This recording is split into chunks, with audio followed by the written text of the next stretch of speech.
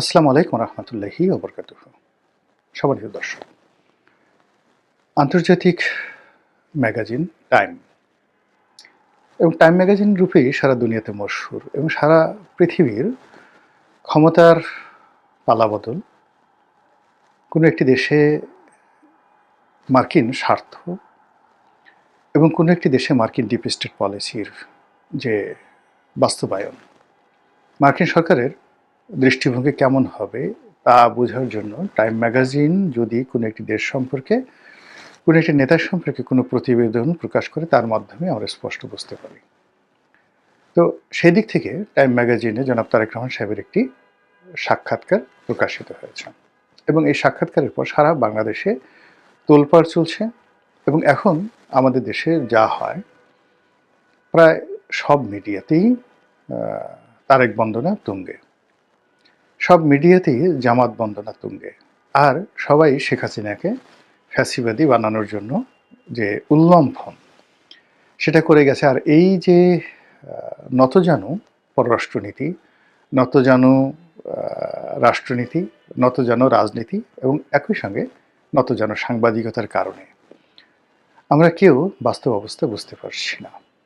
এবং এক্ষেত্রেও তারেক রহমান সাহেব এবং তার আশেপাশে যারা লোকজন রয়েছেন তাদের জন্য টাইম ম্যাগাজিনের এই যে সাক্ষাৎকারটি, এই সাক্ষাৎকারটি রীতিমতো বুমেরাং হতে বসেছে এবং আমি এটার চুলচেরা নিরপেক্ষ বিশ্লেষণ করার চেষ্টা করব, যেটা আমি বুঝেছি।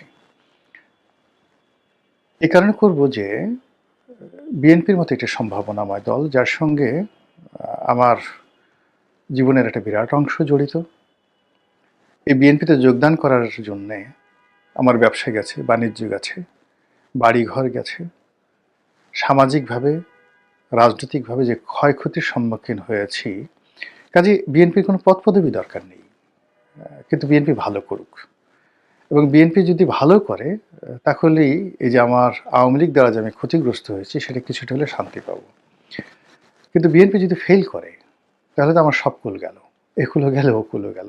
এই জন্য আসলে বিএনপির পদপদবিতে থাকলে, বিএনপির মন্ত্রী এমপি হলে এই কথাগুলো আমি এখন যা বলছি এটা আমার জন্য বলা শোভনীয় ছিল না, বলতে পারতাম না। ফলে এই যে যখন একটা সম্ভাবনা তৈরি হলো নির্বাচন করার, বিএনপির পক্ষ থেকে সম্ভাব্য সব রকমই প্রস্তাব দেওয়া হয়েছিল। যেখানে আমি চাইবো সেখানে হয়তো নির্বাচন আমি করতে পারতাম, ফরিদপুরে করতে পারতাম, ঢাকা শহরে করতে পারতাম, গলাচিপাতে করতে পারতাম। কিন্তু আমার কাছে মনে হয়েছে যে না, আসলে আমি আমার যে জায়গা আছে সেই জায়গায় থেকে কথাবার্তা বলাটাই আমার কাছে নিরাপদ মনে হয়েছে। তো এই যে আজকে যে কথাটি বলবো সেটা হলো টাইম ম্যাগাজিনে জনাব তারেক রহমান সাহেবের এই সাক্ষাৎকারটি দেওয়াটা এই মুহূর্তে ঠিক হয়নি। কেন ঠিক হয়নি? প্রথম কারণ হলো যে নির্বাচনের আর মাত্র অল্প কয়েকদিন। তো তিনি নিশ্চিত বিজয়ী হবেন, নিশ্চিত প্রধানমন্ত্রী হবেন, এই লক্ষ্য নিয়েই কিন্তু বিএনপি এগোচ্ছে। আর এই তার নির্বাচনে জয়লাভ করা, ভোট পাওয়া, এই কাজের জন্য এই মুহূর্তে আল জাজিরাতে সাক্ষাৎকার, বিবিসিতে সাক্ষাৎকার কিংবা টাইম ম্যাগাজিনে কোনো সাক্ষাৎকার দরকার নেই। এগুলো এক। তো যখনই আপনি অপ্রয়োজনীয়, যেটা আপনার দরকার নাই, সেরকম কোনো কাজ আপনি করতে যাবেন, এটা আপনার জন্য বিষ হয়ে দেখা দেবে এবং এই ক্ষেত্রেও তাই হয়েছে। টাইম ম্যাগাজিনের সঙ্গে যখন তার সাক্ষাৎকারটি হলো, আমি নিশ্চিত যে তার আশেপাশে যারা ছিলেন তারা যে কোনো কারণে সাম্প্রতিক সময় সজীব ওয়াজেদ জয় যে ইন্টারন্যাশনাল ম্যাগাজিনগুলোতে বক্তব্য দিয়েছেন, ফটাফট করে ইংরেজিতে কথা বলে তিনি ওয়াশিংটন পোস্টে সাক্ষাৎকার দিয়েছেন, আল জাজিরাতে সাক্ষাৎকার দিয়েছেন, এগুলো বিএনপির অনেকের মনে ঈর্ষা তৈরি করেছে। তাদেরও মনে হয়েছে যে তাদের নেতা ইংরেজি বলতে পারেন এবং টাইম ম্যাগাজিনের মতো একটা গুরুত্বপূর্ণ বলে ভুল হবে, পৃথিবীর ১ নম্বর ইন্টারন্যাশনাল ম্যাগাজিন, সেই ম্যাগাজিনে তার নেতার সাক্ষাৎকার ছাপা হলে তার পাশে যে অন্য কোনো পত্রপত্রিকায় স্থান পাবে না, ফলে এই সাক্ষাৎকারের জন্য তারা উন্মুখ হয়েছিলেন। কিন্তু এই সাক্ষাৎকারটা নেওয়ার সময়টিতে যে ঘটনাগুলো ঘটানো হয়েছে সেটি হলো, এখানে ৩,০০০ শব্দের যে প্রতিবেদন প্রকাশ করা হয়েছে, অসংখ্য ভালো কথা বলা হয়েছে, কিন্তু সেই ভালো কথাগুলো আসছে না। সামনে আসছেন। অর্থাৎ আমাদের যে নিয়ন্ত্রিত মিডিয়া তারা শুধুমাত্র সেই ভালো কথাগুলি প্রচার করছে। আর সেই ভালো কথাগুলো যারা শুনছেন তারা আসলে তারেক রহমান সাহেব সম্পর্কে কোনো ভালো কথা তাদের শোনার দরকার নেই। তারা আনকন্ডিশনালি তাকে সাপোর্ট করেন। কিন্তু সমস্যা হচ্ছে এই ভালো কথাগুলো প্রকাশ করতে গিয়ে কতগুলো খারাপ কথা সামনে চলে এসছে।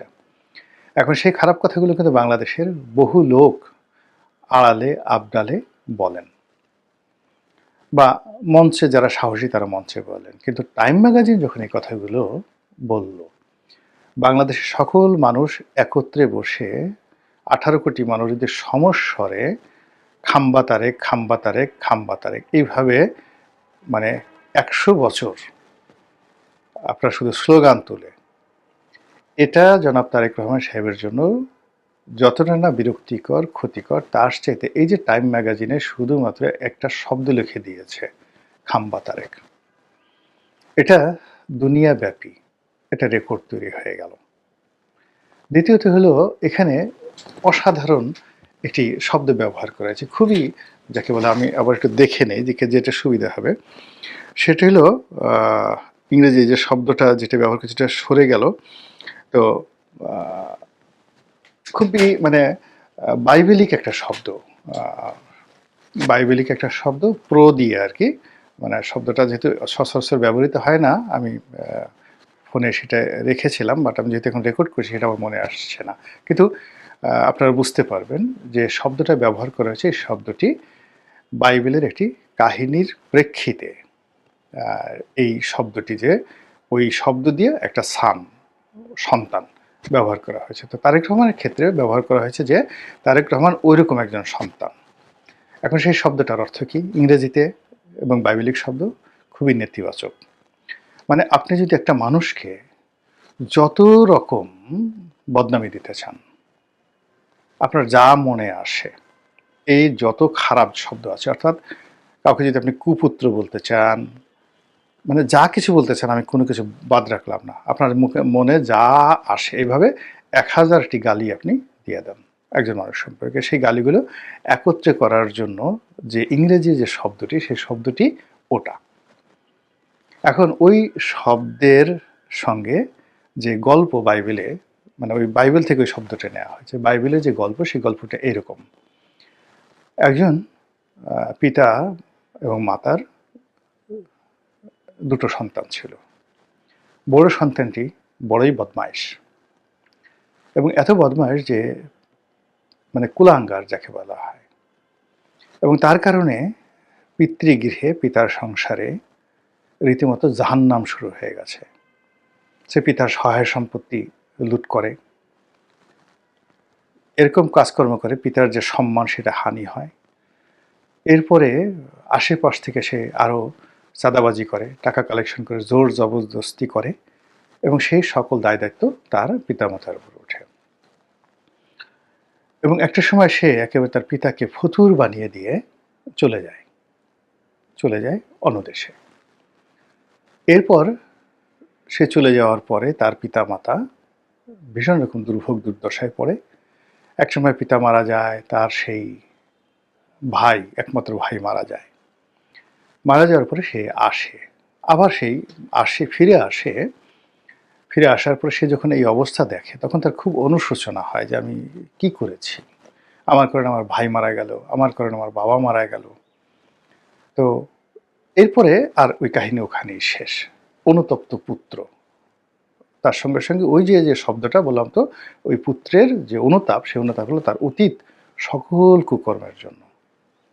সেই শব্দটি এখানে টাইম ম্যাগাজিন ব্যবহার করেছে। এখন বাংলাদেশের পত্রপত্রিকা তো ওই যে ভাসুরের নাম মুখে আনা যাবে না, তারেক রহমান সাহেব সম্পর্কে এখন কোনো নেতিবাচক কথা বলা যাবে না, বা টাইম ম্যাগাজিন কেন এই শব্দটি ব্যবহার করলো তাকে আমাদের কোনো সাংবাদিকরা প্রশ্ন করতে পারবে না, ইত্যাদি অনেক কিছু। কিন্তু এর ফলে কি হলো, মার্কিন যুক্তরাষ্ট্রের যত পলিটিক্যাল চ্যানেল রয়েছে, মার্কিন যুক্তরাষ্ট্রের যত মিলিটারি চ্যানেল রয়েছে, ফরেন অ্যাফেয়ার্স চ্যানেল রয়েছে, কূটনৈতিক চ্যানেল রয়েছে, ডিপ্লোম্যাটিক চ্যানেল রয়েছে, এবং ওখানে যে সিভিল সোসাইটি রয়েছে, প্রত্যেকটা জায়গাতে এই খাম্বা তারেক, খাম্বা তারেকের সঙ্গে সঙ্গে এই যে বাইবেলিক যে শব্দটি, এই শব্দটি সেখানে যুক্ত হয়ে গেল। যুক্ত হওয়ার ফলে কি হলো, জনাব তারেক রহমান সাহেবের এই যে সামনে ক্ষমতা গ্রহণ, সেই ক্ষমতা গ্রহণের ক্ষেত্রে আমেরিকার সমস্ত নীতিটা তার বিপরীতে কাজ করবে।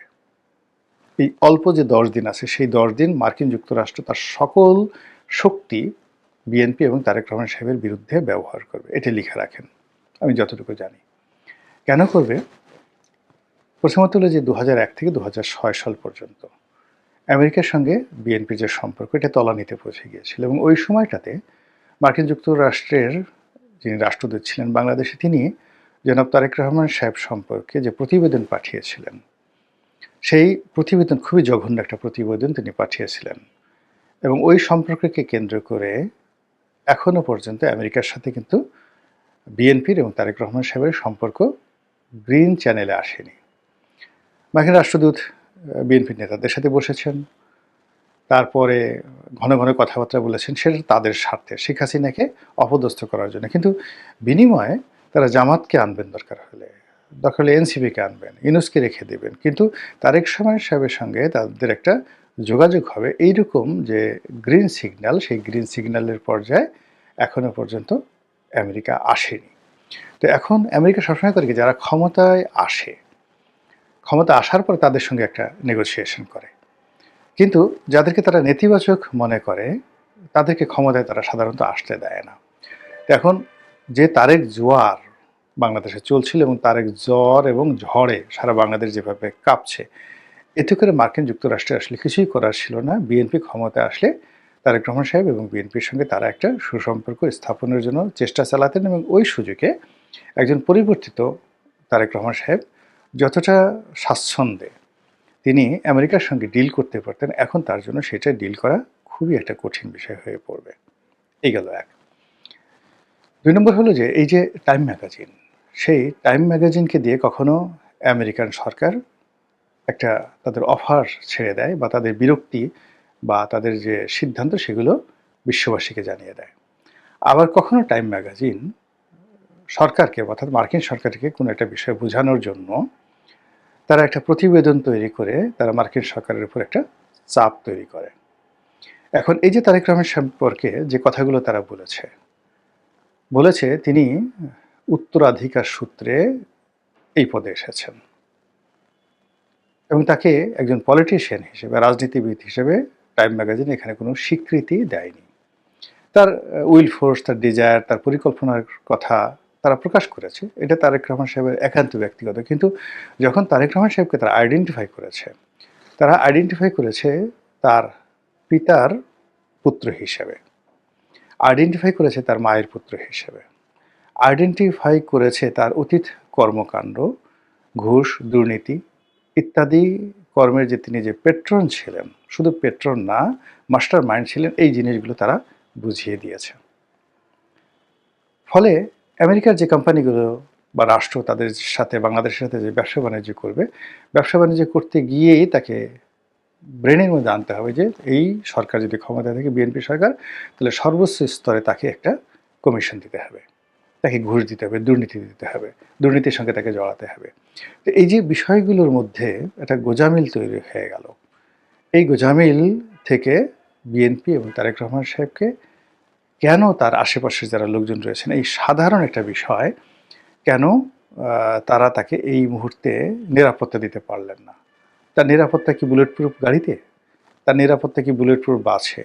তার নিরাপত্তা কি মানে যাকে বলা হয় এখন যে সমস্ত কর্মকাণ্ড করা হচ্ছে বা তার ক্ষমতা গ্রহণ, ক্ষমতা আরোহণ, প্রধানমন্ত্রী হওয়া, এগুলোর জন্য কী নিয়ামকগুলো দরকার, সেগুলো ওনার আশেপাশের লোকজন যে ঠিকমতো চালাতে পারছেন না, করতে পারছেন না, এই অল্প সময়ের মধ্যে যে দৃশ্যগুলো দেখা যাচ্ছে বা যে কথাগুলো শোনা যাচ্ছে, যে বিষয়গুলো সামনে চলে এসেছে, তাতে করে আপনি তালি দিতে পারবেন, প্রচুর তালি দিতে পারবেন, আপনি আবেগপ্রবণ হতে পারবেন, হাহা করতে পারবেন যে হায় হায়, এর চেয়ে বড় নেতা আর হয় নাকি, এত সাধারণ পোশাক, নিজের হাতে প্লেন থেকে হাত দিয়ে সুটকেস নামান, এর চেয়ে মহানুভবতা হয় নাকি।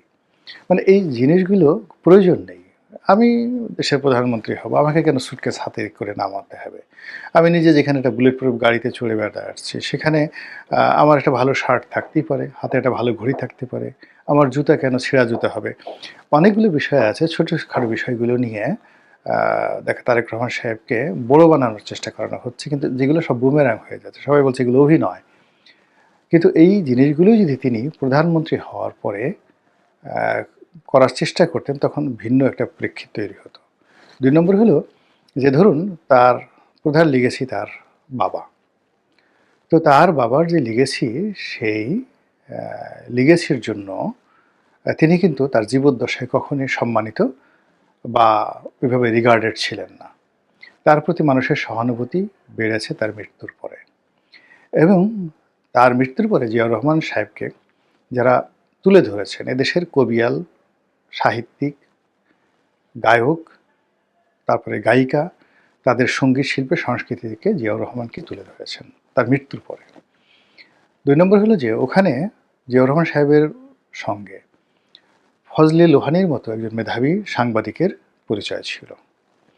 এবং একটা মাত্র বাংলাদেশ টেলিভিশনের ছোট্ট একটা সাক্ষাৎকার জিয়াউর রহমানের মৃত্যুর পরে, তারেক রহমান সাক্ষাৎকার আছে, কোকোর সাক্ষাৎকার আছে। ওই যে ছিঁড়া গেঞ্জি, ভাঙ্গা সুটকেসের যে কাহিনী তিনি বর্ণনা করেছিলেন, যেটি জিয়াউর রহমানের সততার উপর একটা বিরাট ছিল পড়েছে। একইভাবে বেগম জিয়া।